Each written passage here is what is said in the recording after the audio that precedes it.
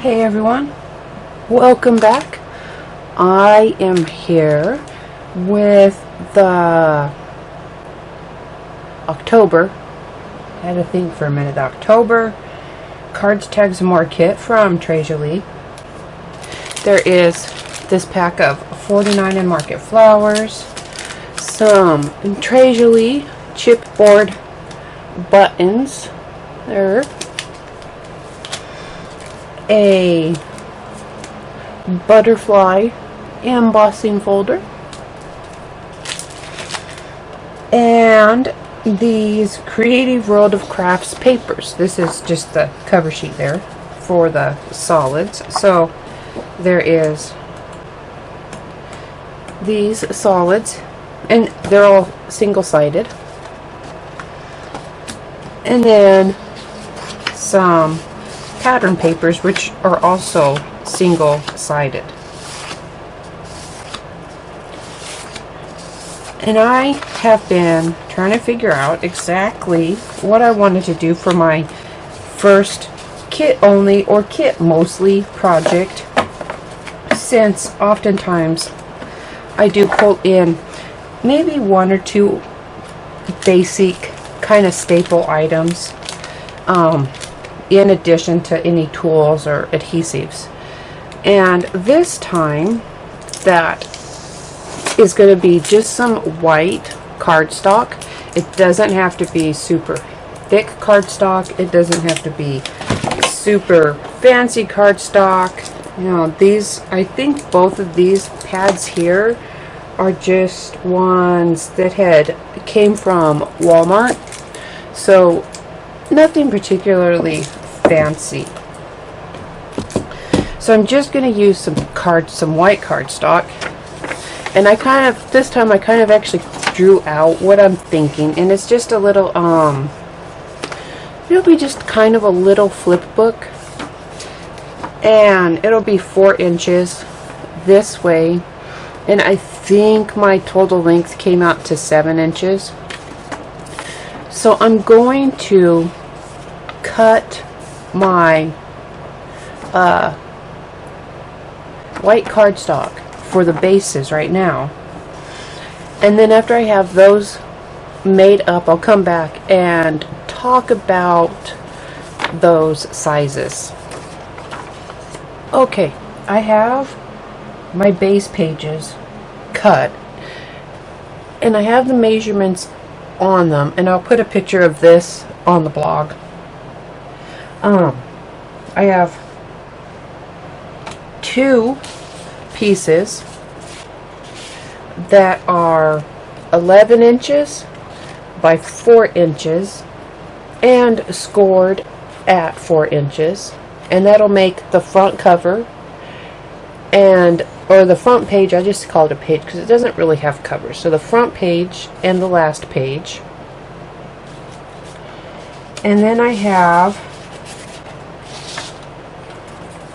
2 that are 11 inches by 4 inches and scored at 4.5 inches.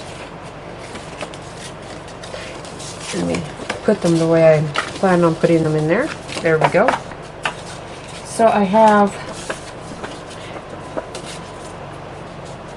that, and then it'll be, there we go. And the reason I have 2 of each is because I am going to double them up for stability. So then there's that. And then I have 2 that are 11 inches by 4 inches and scored at 5 inches.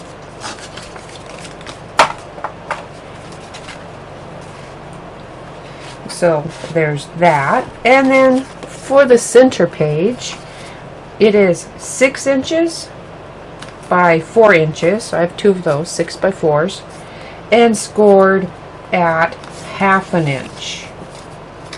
And then that would just go in like so. So you can see how all of those fit together to make the base pages of this little journal. And I think it was only maybe 4 sheets of cardstock. 1, 2, I think I only used 4 sheets. I actually used a little bit more because I was working up my measurements, but I think you only need 4 sheets to make this base. So there you have that.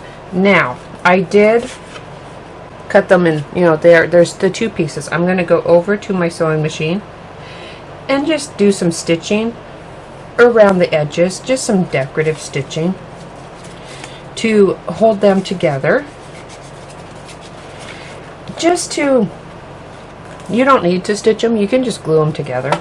And if you just want the stitching look, you could just go in with a pin or a marker and hand draw some fall stitching if you want. So I'm going to go do that real quick. I'm going to go get my pages sewn together, and then I'll come back and talk about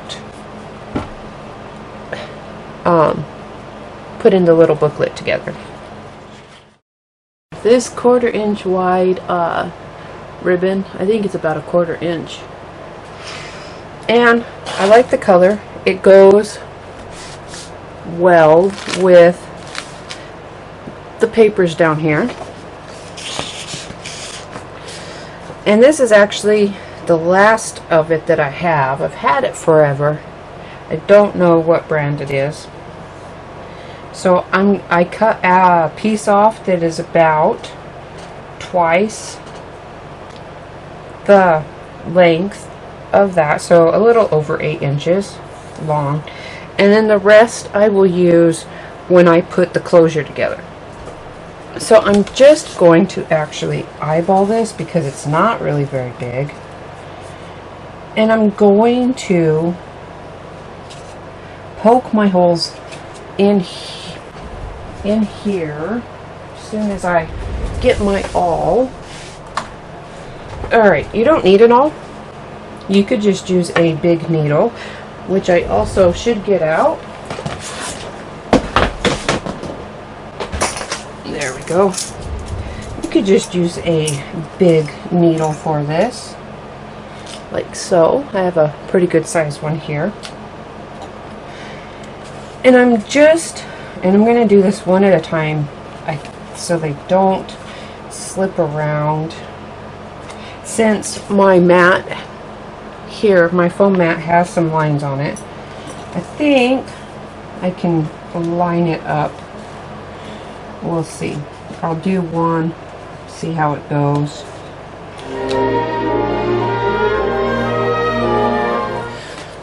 There you have it. I put one at 2 inches, 1/2 inch down, and 1/2 inch up. And I'm just going to finish it and do the same thing on these.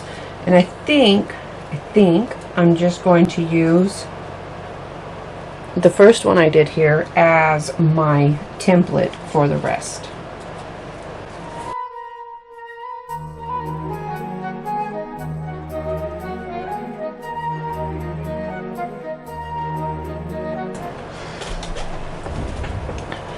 Alright, my holes are poked through, and I'm just going to get this needle here. It has a pretty good sized eye in it, and run this little bit of ribbon through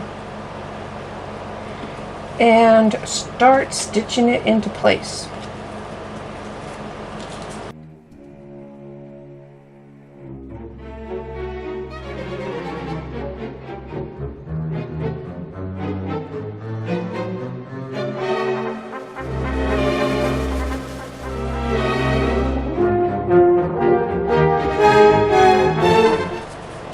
And there is my base.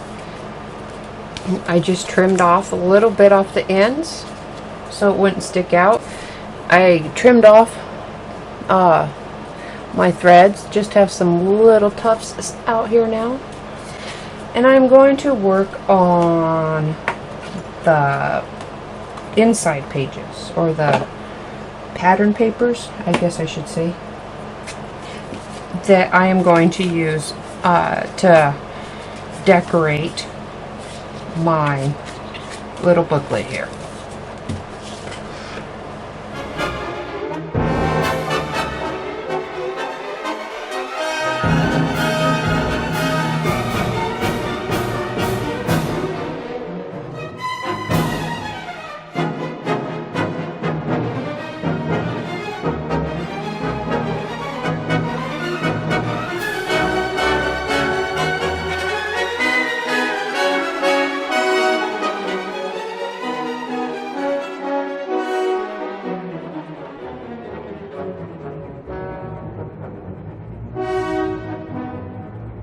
I am kind of working on this in stages. So, my paper sizes that I put on each page is just 1/4 of an inch smaller than the base. So 1/4 of an inch smaller this way, in this way. So then I just eyeball center it. So it has about 1/8 of an inch around each border. This front cover, I took one of the squares from one of those sheets and I trimmed it down so that the black or dark gray solid would peek out, and then my base. And right now I am just tacking these pages into place because I like to do things the hard way, and I've decided I'm gonna go try to sew them in place once I have everything or all my papers on here. I'm sure it will be very difficult,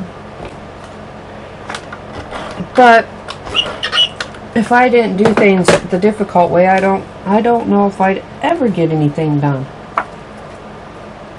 So I'm going to finish going through and cutting up papers for my bases here, like so. I have that side. I have the insides mostly to do now. Just following the same process, and then I'm going to take it over to my sewing machine and stitch them on. Now, if you don't want to sew them or don't have a sewing machine, it's easy enough to just glue them into place. Just make sure that you get those edges down good so they won't get caught up.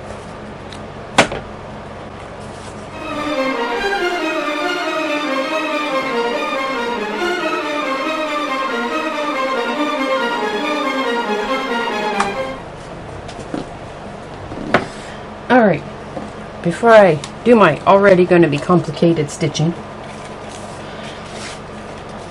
I am going to be adding in flip outs, pockets, straps throughout. Like this right here is going to be a flip out. So I just tucked in. I'm going to kind of cut this at an angle just to make sure it doesn't try to peek out. Like so. So I'm just going to tuck it in. Since I don't have these glued down tight, I'm going to tuck it in under here, line it up like that. And since I'm trying to hold it in place at the same time, I'm just going to put a touch of liquid glue under here, like that. And I'm going to work my way through my pages, adding various bits that will be sewn in, and also like I need something to cover this. See what I have. I'm gonna try to stick to the papers that I've already cut up, at least the pattern papers. I don't think I'm going to use any more solids. I'll use the pattern papers that I've already cut into, and a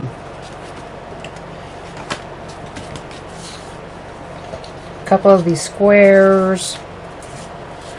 And for the bands, I have these got strips on it, and this has some pieces here, and I think that's about it. And then I can even add some of these sentiment pieces in there. So that's where I'm at right now.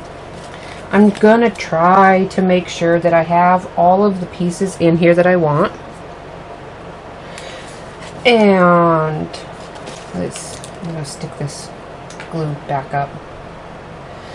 And then I will do my stitching on these pages in the center, I think, first. And then I'll come back and talk about what I am doing to attach the ties to close it.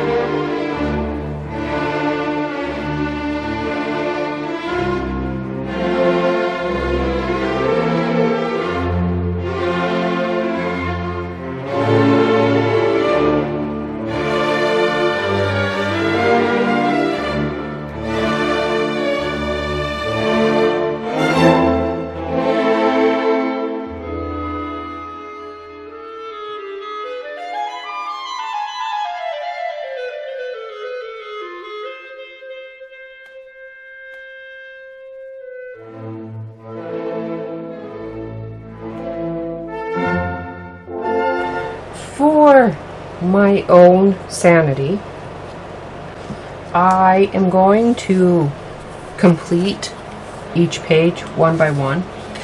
So I'm coming back right now to talk about my buttons and ribbon for my little closure. There we go. I have another of those chipboard buttons. Which one did I want? This one. I'll use this one for the back. Okay, I don't have this attached yet. And no, I'm not finishing this. I like the natural chipboard because of the muted vintagey look of the paper, so I am keeping that in the natural chipboard. All I did was, because it's laser cut, so you can see, like all laser cut pieces I've ever had, there's some ash soot left over, so I just grabbed a Kleenex. You could use a baby wipe, and to wipe off the edges, just to get that little bit of soot off of that. That's all there was for that. So there, I have it wiped down. No more there. There we go. So now I'm going to try to explain this. I have it in here, and I don't really want to try to undo it because this isn't adhered yet. And I can just show you on the back. I'm going to put this one on this back side. Alright, but I don't want my holes all the way through.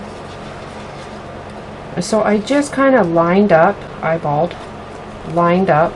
And I'll do it. I can do this like so, so that it is in line. Lined it up in the center and peeled up that edge there, and grabbed my awl just to put the holes through the cover paper. There we go. like that. And then by hand, I fed the ribbon through those holes. So there, you can see I went through real gently, and I'm not pulling tight because this is only chipboard, so it's going to be purely decorative. It's not going to be having any of the string put on it. So after I had one in there, I did the same thing, fed it through one of the holes on the paper.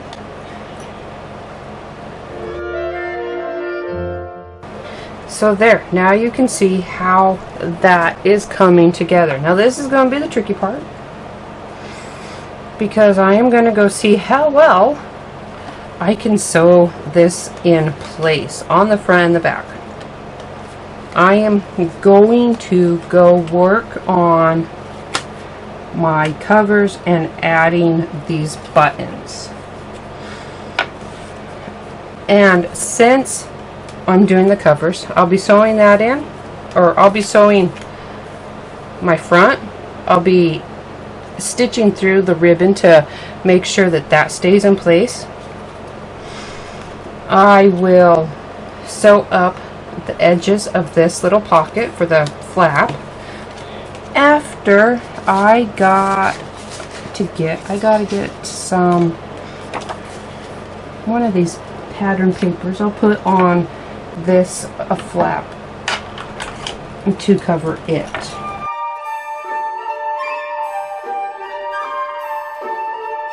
So with all of my pieces in place, then I will do all of my stitching. So I'm going to do the front and the back right now. And my back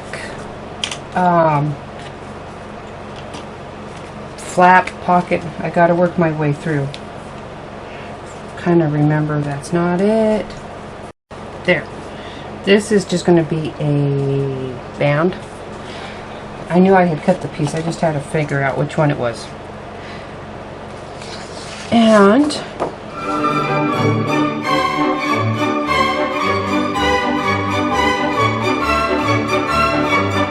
alright, this is what I'm doing for this back one. It's just going to be this band right here. I will stitch it in along the edges when I do my borders, and I am going to add this little phrase here that says there is a rainbow of hope at the end of every storm. So it's going to be like that. I'll stitch around here, and I'll stitch my long sides here, and then stitch everything together. And hopefully that will also be, I'm hoping to be able to get my buttons or my ribbon attached with some stitching in the process. Okay, for my buttons now, I'm going to have to fix this right here. I think I'll just put a strip of decorative paper on it. If all else fails, add another layer. You can hide most mistakes that way. So, back to my buttons. If I can hopefully get this to focus there, you can see the one end that went through and underneath, I stitched in place. So I am now going to very gently tighten the button without pulling out that center. Kind of tighten it down into place like so, and I am actually just going to glue it. And I did that to the front also the same way. I just have to add my glue, and if there's too much sticking out, I can just trim it, and the button will hide it. And that's how I'm doing my little fall buttons like that. And I'm going to use some hefty glue. So I'm gonna use some gel medium. You could use some PVA, some Fabri-Tac, In fact, if you put enough of this on, this would probably work too, since, especially if you make sure you get that chipboard coated and adhered to the paper, then the button will also stay in place. I don't really think it's going to make too big of a deal what type of glue you're going to use, but I do like my gel mediums. Plus, this container's almost empty, so it will work for me to be able to finish it off.